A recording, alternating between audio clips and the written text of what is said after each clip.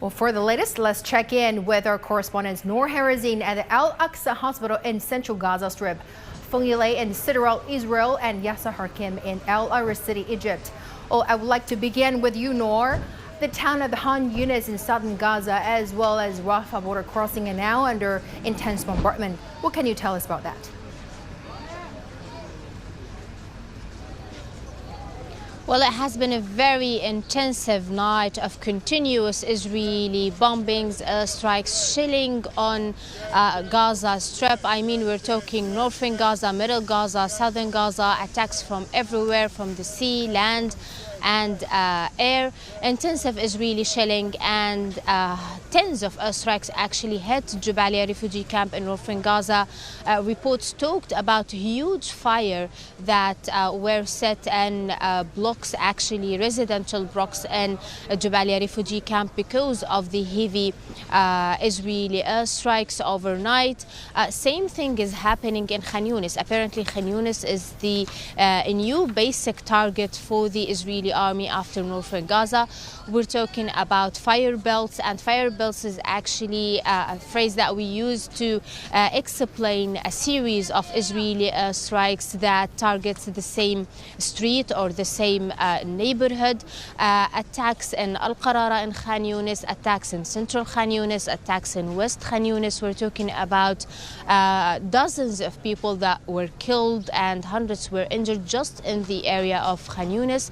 Also previously during the day yesterday, the Israeli army actually warned the residents of eastern Khan Younis who are living in Al-Aqsa and Bani Sahela and asked them to evacuate their homes to central Khan Younis. And this is something very hard for Palestinians, especially that we're talking about more than 1.4 million Palestinians that fled their homes from northern Gaza to southern Gaza. And Khan Younis is one of the biggest cities in southern Gaza. So actually we have hundreds of thousands of Palestinians taking shelter inside Khan Younis now, thinking that it is the safe area that the IDF talked about weeks ago. Well, Noor, what are the main reasons for the Palestinians not extending the truce another time?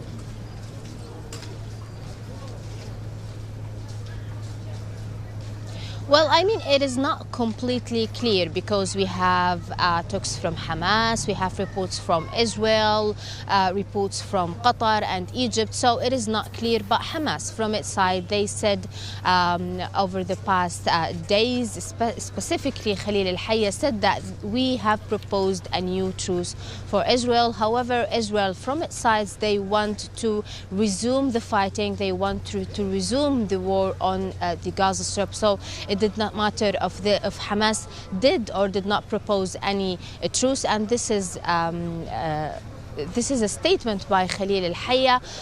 On the Israeli side, they said that Hamas is not open to extend the truce. They don't want to release more hostages, while the Egyptian side and the Qatari foreign minister said that they are still working on brokering these negotiations between Israel and Hamas. Well, Noor, tell us, how is the resumption of fighting affecting humanitarian aid entering Gaza?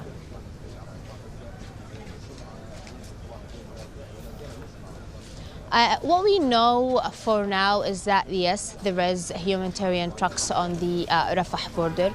There is reports that these humanitarian trucks will not enter the Gaza Strip today as the fighting between Hamas and Israel resumes. And this is something very significant, very actually bad comparing to the situation here on the ground. Yes, we were talking about hundreds of humanitarian aid that entered the Gaza trucks that entered the Gaza Strip over the past week. I mean, 7 days of ceasefire, 7 days of temporary humanitarian truce. It was something for the Palestinian people. Yes, a little bit it helped the situation here in Gaza, but it is not enough. Gaza still is in dire need of humanitarian aid, medical aid, medicine, and of course fuel and cooking gas. Very complicated situation there. Thank you so much, Noor Harazeen, reporting from central Gaza. Appreciate it. And now let's go live to our correspondent Feng Yilei in Sderot, Israel. Hello there, Yilei. So give us the latest on Israel's military operations there. Thank you, Hona. I should say today is really a bit unusual here in the northern border area with the Gaza Strip, because so far we haven't yet received any alarm of airstrikes or seen any of the Israeli Iron Dome defense system intercepting rockets going in this way, at least in this area, which is the situation was different yesterday since the breakdown of ceasefire in the morning till late in the evening, where when loud sirens have been going off across the country, especially in central and southern part of the Israeli territory. We heard as I mentioned, sirens and also reports from the Israeli government how the rockets have attacked the country. Hamas has openly claimed the responsibility, as well as Al-Quds, the Palestinian Islamic Jihad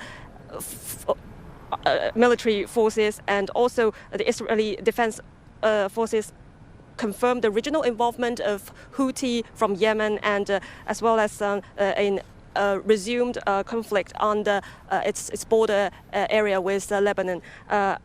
Despite no civilian injuries have been reported from the rocket attacks, 5 Israeli soldiers were reported to be wounded, and in response, the Israeli Defense Forces, they are expected to intensify their operations in the Gaza Strip, the entire Gaza Strip. As we spoke to one of the government spokesperson yesterday, in his word, he said once the IDF wrap up their fighting in the northern Gaza Strip, which is the primary, which was once the primary battleground, they are going to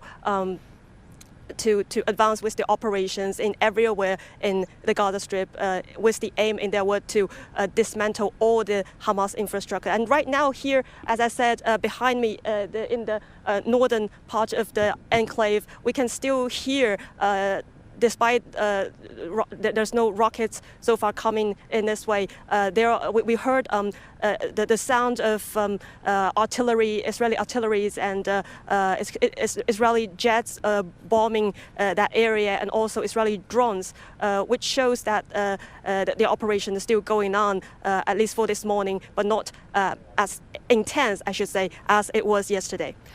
Well, Yilei, what can you tell us about the next stage of Israel's operations? Well, of course, the possible escalation of humanitarian crisis as the Israeli armies advance with their operation is something everyone is focusing on. So the Israeli authority, as they said yesterday, they have taken a series of measures to guarantee the safety of civilians in the enclave. But that include first a map which they distributed on their website. As you can see, I have a screenshot on my phone.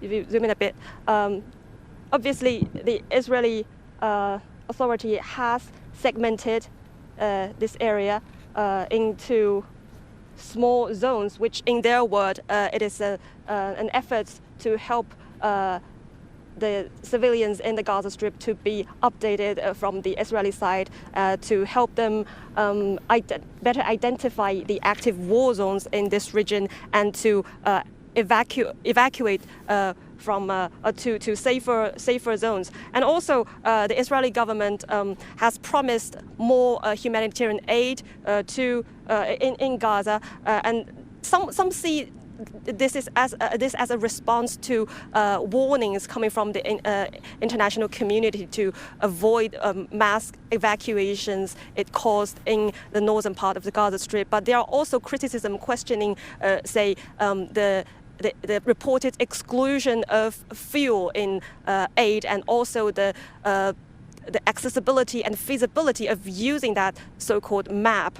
And at the same time, the Israeli government said it is still seeking to bring back more hostages as negotiations still underway between both sides and also the other intermediaries. But they refused to tell us yesterday what the exact details of the negotiation. And the Israeli officials also told media that, I quote, in their word, it will exert military pressure on Hamas to release the hostages. And another thing I should mention is that from the Prime Minister office, they announced that Benjamin Netanyahu told the U.S. Secretary of State Antony Blinken during his visit to Israel that Israel is going to establish a buffer zone deep into Gaza after the war, despite the U.S. Insists that there should be no reduction in Gaza's territory after the war. And that was echoed by sources in some Arab states, according to Reuters. But so far we haven't got any official confirmation from the Israeli government of the exact plan of building that so-called buffer zone. Thank you so much, Yilei. Though I couldn't see clearly the picture on your phone, but I still got a whole picture of the situation there in Sderot from your reporting. Thank you so much. Our Feng Yilei reporting from Sderot, Israel. Appreciate it. And now let's go live to Yasser Hakim in Egypt. Hello there, Yasser. What is the status now of the humanitarian aid convoy destined for Gaza since Israel resumed its attacks? Yes, at the Rafah border, just a few kilometers away from where we're standing, the situation is on alert because of the resumption of fighting, especially that the airstrikes by Israel on Gaza was towards the Rafah border crossing, close to the Egyptian border as well. And therefore, there has been a sort of cordoning off of the area to ensure that civilians are not close by, just in case there will be any fallout from that airstrikes towards the south of Gaza and closer to the border. The aid trucks have not been allowed to go through. It's open. The Rafah border is open from the Egyptian side, but Egypt says it's not safe for the trucks to go inside Gaza because Israel has prevented them from doing so. And according to the Red Crescent here, the Egyptian Red Crescent, they received a message from the Israeli authorities telling them not to allow any trucks to enter Gaza because they could be struck by airstrikes. And therefore, all humanitarian assistance has been halted since Friday, but they are still on standby. The trucks are there. They're accumulating because every day there are more trucks coming in, more humanitarian aid arriving to Arish, where we are, ready to go to Rafah border crossing to enter Gaza.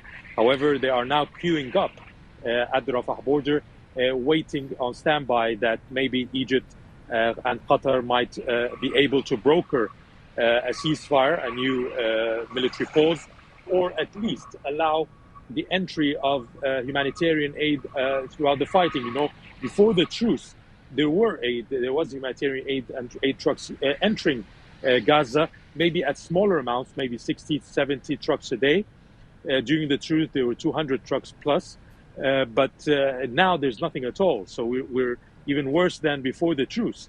And what they're trying to push now is either to get a ceasefire or at least to allow the trucks to enter into Gaza to help the Palestinians throughout this ordeal. The fighting is also close in Khan Younis, where the field hospitals that have been coming from Egypt has been deployed in Khan Younis and areas around Khan Younis. But now, obviously, these areas are being attacked by the Israeli forces, and therefore we don't know if the field hospitals that are entering from the Rafah border crossing throughout the truce will be able to be operational to help the Palestinians to make up for the destroyed Palestinian hospitals in Gaza. Back to you. Well, Yasser, as you said, Israel has told residents in Khan Younis in southern Gaza to evacuate to Rafah. What is Egypt's reaction to this? If we say rage, is an understatement. Egypt has been for the past month telling Israel, and very openly through the president himself or his prime minister, that Egypt rejects any displacement of Palestinians into Egypt, and that it rejects that Israel would be pushing the Palestinians south all the way to the border to create some kind of chaos on the Egyptian-Palestinian border with Gaza. And therefore, the news now that Israel is attacking the south, which is where Israel has been telling the Palestinians to go to for safety. Now it is attacking the areas that should be safe for the Palestinians, and is pushing them now very close towards the Rafah border crossing with Egypt. And that's why there has been an alert on the borders with Gaza. The Rafah border crossing is on alert, even military and security-wise, just in case there would be a spillout of the Palestinians. Now, Egypt is rejecting this notion because what it says is that it will not be a stampede or an evacuation of refugees, but actually displacement of a nation. What Egypt fears is that Israel would push the Palestinians from Gaza into the Egyptian side, into the Egyptian land, and then would not allow them back. And this has happened before in the Nakba in 1948, when the Palestinians were pushed out of their land, after their homes, and then they were not allowed back to their homes and was occupied by the Israelis. And now what Egypt is fearing is that Israel would try to empty out Gaza, or the south of Gaza, and throw the Palestinians, push them into Egypt, and then occupy Gaza. And this has been clearly said by the Egyptian president, and he has warned that this would create a big diplomatic and maybe military problem with Israel, that all options are open in this case. And therefore, Egypt is trying to push to have some kind of humanitarian assistance inside Gaza, to allow for field hospitals inside Gaza, the shelters inside Gaza, not into the Egyptian territory. And what Egypt is now waiting for is to see the reaction from Israel to its warnings and to its even warnings to the U.S. It has sent the message direct to Israel and to the U.S. to intervene and try to avoid any kind of a spillover into Egypt, and as well to try to reach some kind of a ceasefire again and try to get back to what Egypt says, and this part of the Arab world, is that the only solution is not a military solution, but a peaceful solution where there is two states, with Palestine having a sovereign state along Israel. A strong reaction from Egypt. Thank you so much, Yasser Hakim, reporting from Al-Arish City, Egypt. Appreciate it.